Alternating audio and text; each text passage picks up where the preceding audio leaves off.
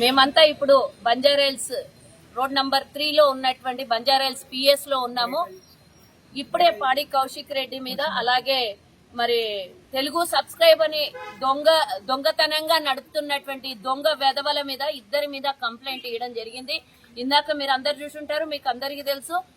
యావత్ తెలంగాణ ప్రజలకు అందరూ ఇందాక ఒక వెధవ దొంగ పనికిమాలినోడు దద్దమ్మ చాతగాని వెధవ కౌశిక్ రెడ్డి గాడు ఈరోజు ప్రెస్ మీట్ పెట్టి మాట్లాడినటువంటి విషయాలు మనం అందరం చూసాము.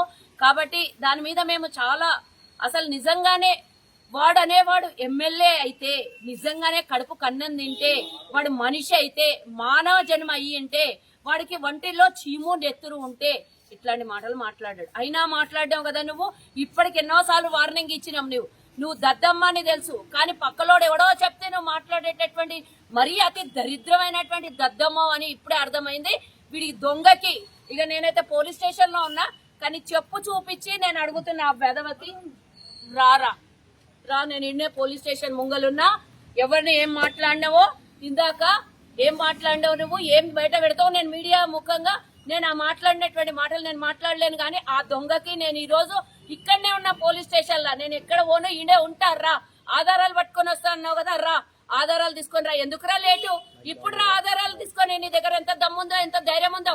ఒక ముఖ్యమంత్రి తెలంగాణ రాష్ట్రానికి ప్రథమ పౌరుడైనటువంటి ముఖ్యమంత్రిని పట్టుకొని అనుచితమైనటువంటి వ్యాఖ్యలు చేసి ఆధారాలు లేనివి నిరాధారాలైనటువంటి మాటలు మాట్లాడి పైగా నా దగ్గర అన్ని ఆధారాలు ఉన్నాయి అని అంటాడు. అరే దొంగ, నువ్వు చేసినటువంటి దొంగ పనులందరికీ తెలుసురా. పెండ్లాము బిడ్డని అడ్డం పెట్టుకొని గెలిచినటువంటి వెధవ మహిళల మీద కించపరుస్తూ మాట్లాడుతూ ఎంతమంది 16 మంది అంటావు, అదంటావు ఇదంటావు. ఏంద్రా ఎవడరా నీకు 16 మంది అని ఎవడరా అవమానిస్తున్నావు? నీ బాస్ ఎవడైతే నిన్ను ఉసుగొల్పి మాట్లాడిస్తున్నాడో వాడి దగ్గర ఉన్నటువంటి రంకు పనులన్నీ బయటకు వచ్చి అందరినీ అంటగట్టాలని నువ్వు చూస్తున్నావు. మహిళల మీద కించపరిచే ముందు నువ్వు నిజంగానే మనిషివైతే, నిజంగా శాసనసభ సభ్యుడివైతే, నిజంగానే ఒక నియోజకవర్గం ప్రజలు నిన్ను గెలిపించింటే ఆడంగి నేను ఆ మాట కూడా అన్నాను. ఎందుకంటే నేను కూడా మహిళగా ఒక రాజకీయ నాయకురాల్లాగా ఉన్నాను. కానీ అంతకన్నా దరిద్రమైనటువంటి వెధవ నీ దగ్గర ఆధారాలు ఉంటే ఇన్ని రోజులు ఏం బిక్తున్నావురా? నువ్వు ఏం చేసినావు? చాతకం దద్దమ్మ.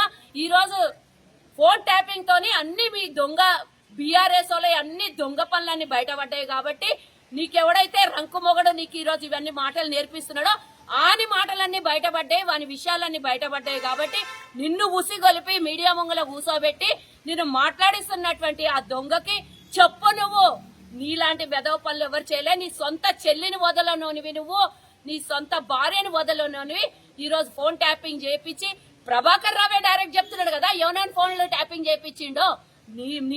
నీ నాయకులందరూ ఫోన్లో ట్యాపింగ్ చేపిస్తే ఈ రోజు వచ్చి మా మీద నేర్పించడని మాటలన్నీ పక్కకున్న కేటీఆర్.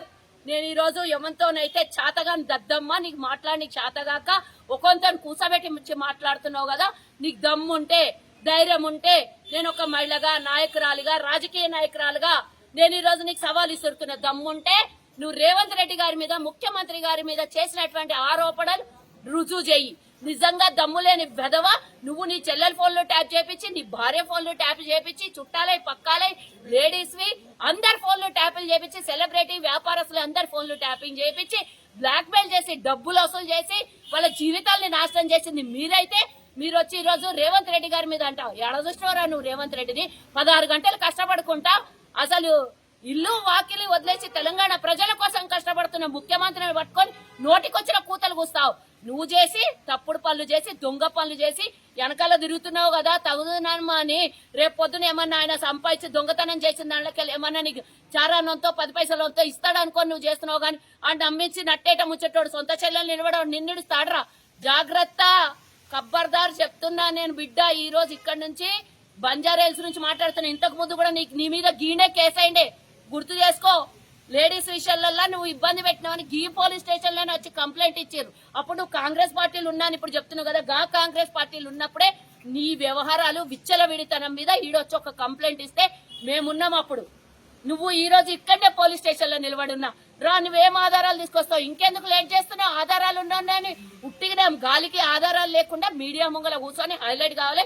ఈ రోజు డే మొత్తం నిన్ను చూపియాలి. ఎందుకంటే ఢిల్లీ నడిబొడ్డున 42% రిజర్వేషన్ కోసం ఓబీసీలంతా ఏకమై దేశం మొత్తం అందరు వచ్చి ఆడ మాట్లాడుతున్నారు. అది మాట్లాడింది కనబడొద్దు రాష్ట్ర ప్రజలకి. గొప్పతనం Subscribe us and press the bell icon for more interesting updates.